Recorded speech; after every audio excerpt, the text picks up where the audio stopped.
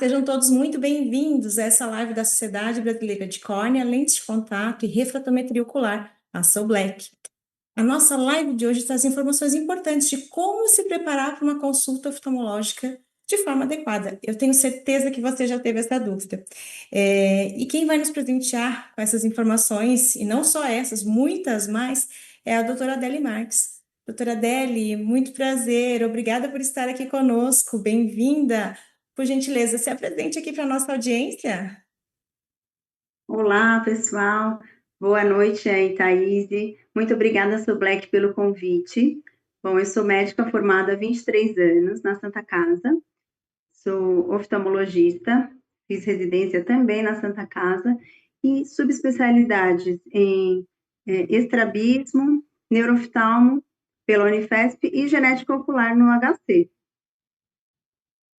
Perfeito, muito obrigada, doutora Adele. Vejo que a gente está com uma super especialista, né? A doutora trabalha com pacientes de diferentes idades, diferentes condições clínicas, e assim, o nosso tema é como é que a gente vai se preparar para essa consulta, né, doutora Adele? Mas eu acho importante a gente conversar um pouquinho, nessa parte introdutória, assim, é evidente que quem tem queixa vai procurar o médico. Mas e quem não tem, né? A doutora trabalha com um espectro diferente, de diferentes subespecialidades, enfim. Quando que eu deveria marcar uma consulta com o oftalmologista, doutora? Bom, o primeiro teste oftalmológico que deve ser feito obrigatoriamente nas maternidades é o teste do olhinho, né, que é um teste que avalia o reflexo vermelho, avalia a entrada da luz, né, no olho do bebê. Porém, ele não é considerado um exame oftalmológico. Então, a primeira consulta da criança deve ser marcada entre os 6 meses aos 12 meses de vida, aproximadamente. E depois, o ideal é que tenha mais uma consulta com mais ou menos 3 aninhos de idade, e depois, uma vez ao ano, ou antes, né, a depender do caso. Se o médico falar, não, ele precisa ser acompanhado mais de perto, ou tem um estrabismo, ele vai orientar essa frequência das consultas oftalmológicas. Perfeito, doutora. Os pequenininhos, né? Eu tenho uma pequenininha de 3 anos, também levo, né? Não tem jeito, não pode ser caso de ferreiro espeto de pau, né? Ela vai, né?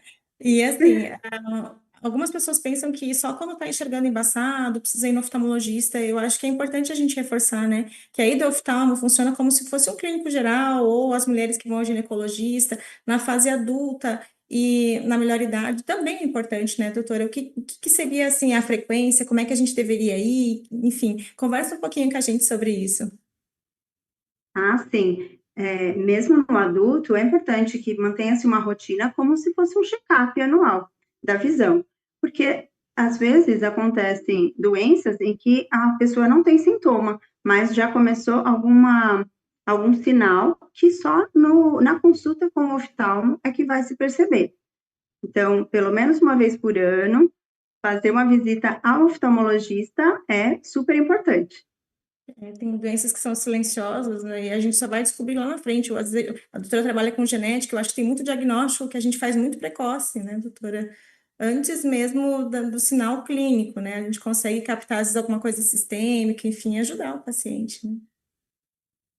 Sim, a gente vê que muita gente às vezes descobre, né, histórias, né, de que a pessoa descobre que tinha uma baixa de visão ou um olho preguiçoso lá pelos 18 anos, quando vai fazer o exame da carteira de motorista, né, a CNH, e nunca passou por um oftalmo, nunca avaliou a visão, e quando tampa o olho e fecha um dos olhos, percebe que o outro não enxerga. Então, é bastante comum acontecer isso. Então, essa prevenção, esse exame de rotina é o ideal. Perfeito. Às vezes a gente perde o melhor momento para fazer aquela intervenção, né, doutora? E assim, ok, a gente já estabeleceu, nós precisamos ir ao oftalmo, né, fazer os nossos check-ups. E assim, em meio a tanta rede social, a gente está, enfim, no mundo de muita informação, como é que eu vou saber que aquele médico é realmente um oftalmologista habilitado, assim, que orientações que a doutora dá na hora da marcação, como é que a gente faz se a gente não conhece nenhum profissional, enfim, quais seriam as buscas, né? Ah, é super importante essa pergunta nessa fase que a gente está, né, de redes sociais, muitos profissionais que não são habilitados e às vezes tomam uma visibilidade enorme, oferecendo tratamentos, procedimentos milagrosos e que nem sempre são verdadeiros, né? Então, recomendamos que, além de pegar informação, indicação, né, de amigos, parentes, que cheque, né, no site do CRM, por exemplo, no site da sociedade de oftalmologia, até mesmo no site do Conselho Brasileiro de Oftalmologia, para saber se é realmente um médico oftalmologista habilitado, se ele é especialista na oftalmologia. Perfeito, doutora. Então, vamos lá. Eu tenho a minha demanda, encontrei o meu médico, vou ligar para ele. E agora? O que que eu devo levar? O que que eu devo fazer antes da consulta? Acho que é essa a pergunta de ouro que está todo mundo esperando, né? Bom, então, assim, se você vai para uma consulta com uma queixa, é importante que você leve anotado, né, ou num papelzinho, ou mesmo no celular, todas as suas dúvidas, né, para não esquecer de nada. Ah, sobre lacrimejamento, sobre coceira, sobre enxergar de longe, enxergar de perto. Tire suas dúvidas na consulta. Agora, se você vai sem uma queixa, é importante que vá com a mente aberta para aprender e para ver como está a sua saúde ocular, né? Assim como a gente falou que é importante uma consulta de rotina, mesmo se eu não tenho sintomas. Outra coisa super importante é levar uma listinha dos medicamentos que você está usando, não somente colírios. Então, muita gente às vezes chega a falar assim, eu não sabia que precisava, né? Então, estou usando algum colírio? Anota o nome. Usei um colírio para um tratamento, um antibiótico, é bom levar, nem que seja a caixinha para a gente saber, ou as receitas anteriores. Então, medicamentos, né, as queixas, né, anotadinhas, os medicamentos em uso, seja para pressão, para diabetes, para depressão, que também podem causar outros sintomas oculares, né, alguns antidepressivos, por exemplo, causam olho seco, né, causam sintomas de olho seco. Agora, se o paciente usa óculos, é importante levar a receita ou então os óculos antigos para a gente ter um parâmetro, para a gente ter um acompanhamento prévio. E a pergunta no final da consulta é sempre essa, né? Aumentou? Piorou? O que que mudou? Então, sem a gente ter a receita anterior, a gente não tem como dar essa resposta. A receita ou os óculos antigos, né? Que mais? Muito importante também levar exames, outros exames, por exemplo, uma ressonância. Se eu tenho um caso que pode estar relacionado a uma doença neurológica, eu acompanhei recente num neurologista por uma dor de cabeça e ele me encaminhou para o oftalmo. Leve a tomografia, esse exame de imagem, e muita gente esquece disso, porque o olhinho é a continuação do cérebro, né? Então, eles estão relacionados. Então, o globo ocular vai ser examinado pelo oftalmologista, mas a gente tem que lembrar que ele tem uma comunicação através do nervo óptico para o cérebro. Então, se a pessoa acompanha ou veio encaminhada de um neurologista, leva esses exames de imagem também. Já no Perfeito. caso das crianças, eu queria lembrar para não, depois eu vou falar um pouquinho sobre como preparar a criança, né, para a consulta. Mas é importante também trazer alguma coisa para comer, a água, o leite, né, que tiver que preparar. Isso vai ajudar muito, porque dependendo do momento e do tempo que a criança fica no consultório, ela vai estar cansada, vai sentir fome, e aí a gente tem aí ferramentas, né, para lidar melhor com esse momento da criança. Perfeito. Muitas pessoas acham que não precisa levar, às vezes, um raio-x de alguma coisa que fez, que o médico pediu. Acho que o olho não tem relação com o todo, gente. O olho é o farol do carro, né? Se o carro não vai bem, o farol não acende, né? Então, é mais ou menos por aí, né? Eles não acham importante. Não tem relação. Tem toda a relação. Quando a pessoa chega com a sacolinha, não, mas isso não é para você. Quero sim, quero saber, né? Tenho curiosidade. Deixa eu ver aqui o que que tem, né? E, doutora, assim, Thaís, lembrei de uma coisa também que é bem legal a gente lembrar, de levar os óculos de sol, né? Então, porque muitas vezes vai ser necessário uma dilatação da pupila, pingar os colírios, vai sair incomodado com a claridade. E aí, para ter um conforto, leve seus óculos de sol, pode ser em criança também, pode ser o óculos que você tiver, vai ser super útil aí nesse momento da saída, principalmente se for de dia, né? Exato, eu ia perguntar exatamente sobre isso, sobre esses dispositivos, né? E aproveitando o gancho do dispositivo e lente de contato, doutora. Devo tirar, devo ir de lente de contato, devo levar estojo, o que que eu devo fazer? Porque às vezes a pessoa fica um pouco confusa, vou, não vou, né? Como eu vou fazer com isso? Quanto tempo antes eu preciso suspender? Quanto tempo antes? Enfim, como é que a doutora orienta seus pacientes? Isso, para os usuários, né, de lente de contato, é importante que eles fiquem pelo menos 48 horas sem as lentes e venham à consulta sem as lentes. Então, a gente sempre orienta quem tem lente tem que ter o óculos, né? Tem que ter o óculos de reserva, mesmo que use pouco, para esses momentos. Para o momento também de uma conjuntivite, não posso usar lente, eu tenho que ter o óculos. Então, que fique sem as lentes por 48 horas. Pode levar as lentes para que sejam colocadas após a consulta. E aí lembra também de trazer o estojinho com o seu kit, né? De produto de limpeza, produto da conservação e o estojinho para guardar as lentes. Perfeito, eu também oriento assim, exceto tem alguns casos, às vezes, que eu quero fazer essa simulação de tirar a lente, colocar o óculos, ver como a visão fica. Mas aí a gente combina previamente com o paciente, né? E eu gosto que traga, porque eu gosto de ver o estado desse estojo. Se está tudo bem, revisar a manutenção, orientações de manuseio, né? Então, acho que isso é importante também, né? Se a gente tem um usuário, nunca é demais a gente fazer esse resgate, né? E aproveitando essa história de resgate, me lembrei que quando a doutora falou do óculos de sol, me lembrei de outra coisa. Quando eu era adolescente, o meu maior, assim, meu maior receio minha maior dificuldade, na verdade, era dilatar a pupila, né? E assim, como é que a gente sabe se vai dilatar a pupila ou não numa consulta, doutora? Todos não dilatam, como é que eu vou saber? Pergunto para a secretária no agendamento, enfim, né? É uma informação importante para a gente, né? Eu acho assim, se você tem abaixo de 37, 40 anos, vá preparado para dilatar.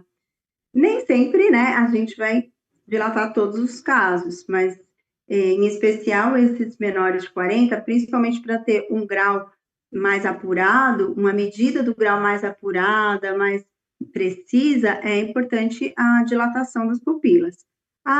Eu já fiz meu exame do grau, vou fazer só o mapeamento de retina. Também, nesses casos, vai ser necessária a dilatação. Então, é bom ir preparado.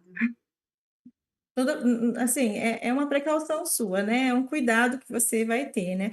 E eu escuto muito aqui no consultório, sempre quando o pessoal liga para agendar, precisa levar acompanhante, né? Às vezes, porque o acompanhante trabalha, às vezes eu vou sozinha, eu preciso programar. Isso todo é um cuidado, né? Pré-consulta, precisa ou não precisa? Isso Obviamente, tudo menor de idade, mas de rotina, vou precisar ou não, doutora? Como é a sua rotina? isso tudo é um preparo. Então, eu acho que esse vir preparado que eu falei é isso, pelo menos não vim dirigindo, né? Vim sabendo que eu posso dilatar e ter que voltar de Uber, de outro tipo de transporte.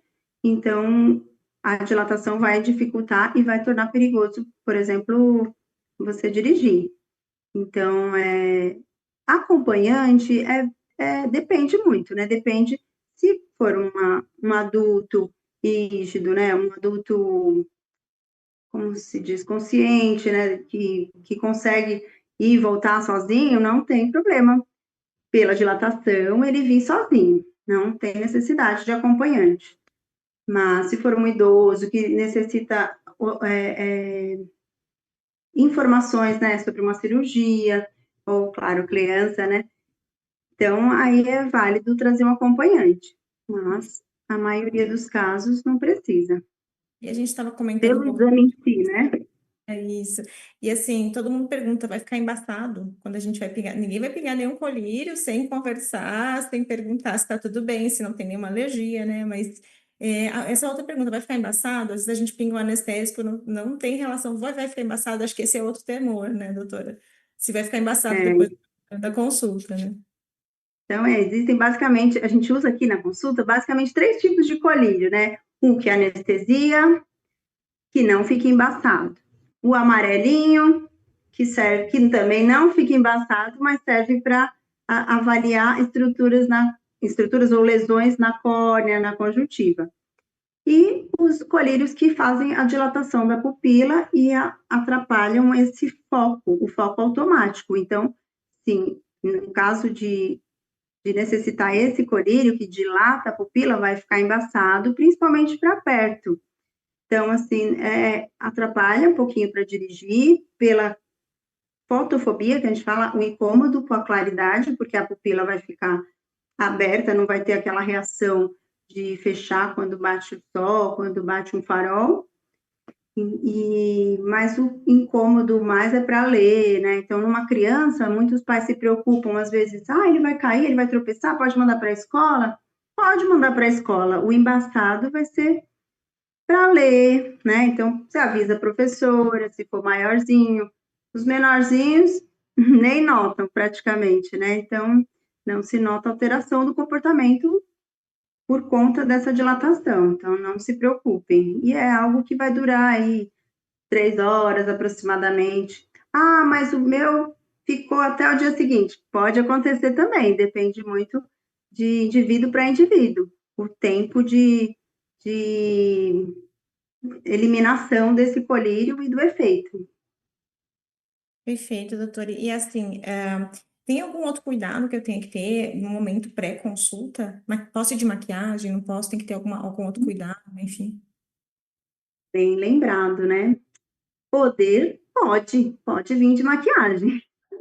Aqui a gente não recomenda porque a gente vai manipular, vai estilar os colírios e aí vai comprometer a maquiagem. E, claro, se você for usar ir com a lente ou fazer algum teste de lente de contato, não venha de maquiagem, né? Então, é importante que evite essa maquiagem ao redor dos olhos, no caso de um teste de lente. Perfeito, doutora. E eu vou abrir um pouquinho aqui para, assim, existem pacientes que são não colaborativos, né? A gente, durante a consulta, que a gente não consegue ter uma conversa, enfim, bebês, crianças pequenas que às vezes não colaboram, paciente sindrômico com doença degenerativa, idade avançada, acamado. Então, assim, tem alguma preparação que eu tenho que fazer nesses pacientes e como é que acontece a consulta desses pacientes aí? Porque às vezes a pessoa pensa, não vou levar para consulta porque não vai conseguir examinar, enfim, né? Dá um pouquinho para a gente desse repertório desses pacientes um pouco mais especiais aí. Essa é uma dúvida que paira nos pais até chegar aqui, porque essa experiência de consultas precoces, né, não era comum, né, antigamente. Deixavam para levar as crianças só depois que aprendesse a ler, e aí as repercussões vinham e não tinha mais o que fazer, né? Então, muita gente tem essa dúvida, até porque não teve essa experiência, né, quando criança. Não foi oftalmo quando criança. Então, assim, a gente tem muitas ferramentas para examinar a criança, independente se ela lê, se ela fala, né? Então, por exemplo, aqui tem até um autorrefrator, né? Que é um aparelhinho que, semelhante àquele do adulto, que a gente encosta o queixo, que aparece o balãozinho, a casinha que desfoca, que dá um aproximado do grau. Esse aparelhinho, à distância, a gente já consegue ter uma ideia de grau, de diferença de grau de um olho para o outro, já consegue ter dados como a fixação do olhar, né? A gente usa brinquedos, né? Então, é sempre uma consulta bem lúdica, né? Então, é bem tranquilo e é diferente da medida da visão, por exemplo, do adulto, que a gente vai mostrar uma tabela, vai perguntar, né, as letras. Então, existem tabelas com figuras, existem tabelas com símbolo, né? Então, esse aqui é muito usado, assim, por volta de 3 anos, que eles não sabem as letrinhas, mas eles conseguem informar a posição do garfinho. Então, o Ed Snellen, né, que a gente chama, eles podem fazer com a mãozinha, podem fazer com o E mesmo, podem falar, né, tá para o lado da mamãe, do papai, para o céu, para o chão. e às vezes não falam, mas eles conseguem apontar. Então, a gente tem várias formas de medir a acuidade e saber se está tudo bem com o olhinho dessas crianças. E eu não preciso treinar essa criança, né? Olha, vamos aprender. Não, né, doutora? E também, eu não sei se precisa ter alguma conversa prévia, se a doutora recomenda que os pais expliquem um pouquinho ou não, porque eu acho que o fator surpresa nas crianças também é um pouco complexo, assim, né, durante a consulta.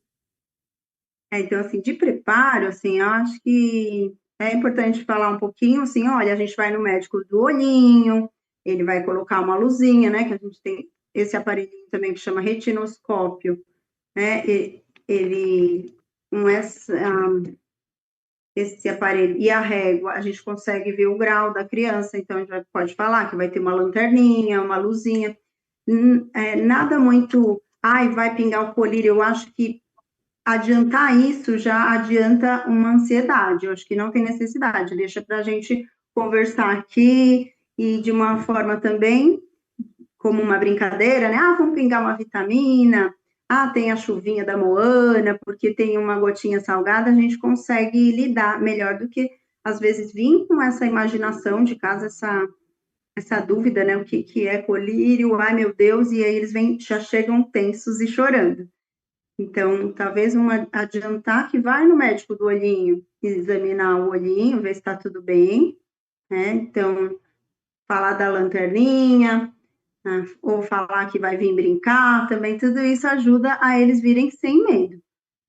E, eu acho que você tinha falado uma outra coisa, Usa eu camada, acho que que a a doutora usa pinta camada. camada também, né? Então, essas ferramentas a gente também usa para pacientes acamados, né? Inclusive, pacientes adultos, pacientes que não conseguem formar esse, essa melhora ou piora, são formas objetivas da gente medir o grau, da gente fazer um exame de fundo de olho. Então, muito a gente consegue sem a necessidade da colaboração do paciente, seja criança ou adulto. E a doutora mencionou uma coisa legal, essa coisa da, assim, da ansiedade. A gente recebeu no Instagram da Soblec uma mensagem, a senhora Neuza comentou assim, eu tenho ansiedade, síndrome do jaleco branco. E eu queria que a doutora, como se preparar para isso, né? Eu queria que a doutora conversasse um pouquinho com a nossa audiência sobre essa questão que surgiu lá no Instagram, no nosso banner, de divulgação dessa live. A gente vê muito isso. Na criança, a gente vê o medo do colírio, né? Que aí, quando chega aqui, a gente tem que manejar isso. E no adulto, a gente vê o medo da pergunta, esse ou esse? Então, muitas vezes, né, tem muitos memes até que falam que é a pior pergunta da vida. Então, o que eu quero dizer é que não precisa ter medo, né? É normal que seja muito semelhante, às vezes de 0,25 para baixo, 0,25 para cima. A gente faz várias perguntas justamente para confirmar essa tendência, essa escolha. Então, não precisa ter medo. Se falar, não, para mim está igual, também é uma opção. Mas está igual, também é uma opção ótima, né? Quando a gente está ali escolhendo o astigmatismo. Às vezes a gente quer chegar nessa resposta. Então, não precisa ter medo, venha tranquilo e converse com o médico, peça para repetir, né, se for necessário, se tiver dúvida. É isso. Se sentir seguro com a resposta, né? Às vezes a pessoa fica um pouco ansiosa, diz, eu não sei se eu respondi certo, meu óculos não vai ficar bacana, né? É, Nós estamos, assim, nos encaminhando aqui para o final dessa transmissão e eu queria ver se a doutora tem alguma mensagem final, alguma dica bônus para quem vai se preparar para uma consulta oftalmológica. eu acho que algo bem interessante é também, principalmente assim, nos grandes centros, que existem mais oftalmologistas de diversas especialidades, é tentar ver qual a sua necessidade. Eu tenho estrabismo, então eu vou procurar um especialista em estrabismo. Eu quero usar lente de contato, eu vou procurar um especialista em lente de contato, porque às vezes você encurta o seu caminho, né? Então, atualmente, isso é muito bom, a oftalmologia, né, ganhou várias subespecialidades. Então, não é mais o oftalmo que faz tudo, né? Então, Um opera catarata, o outro não opera. Ah, mas ele é cirurgião, mas ele opera estrabismo, é cirurgião também. Então, o ideal é pesquisar realmente a sua necessidade de acordo com a especialidade do oftalmo. Sua área de atuação, né? Perfeito. Obrigada, doutora Adele. E eu acabo aqui estendendo o agradecimento a você que nos acompanhou nessa transmissão.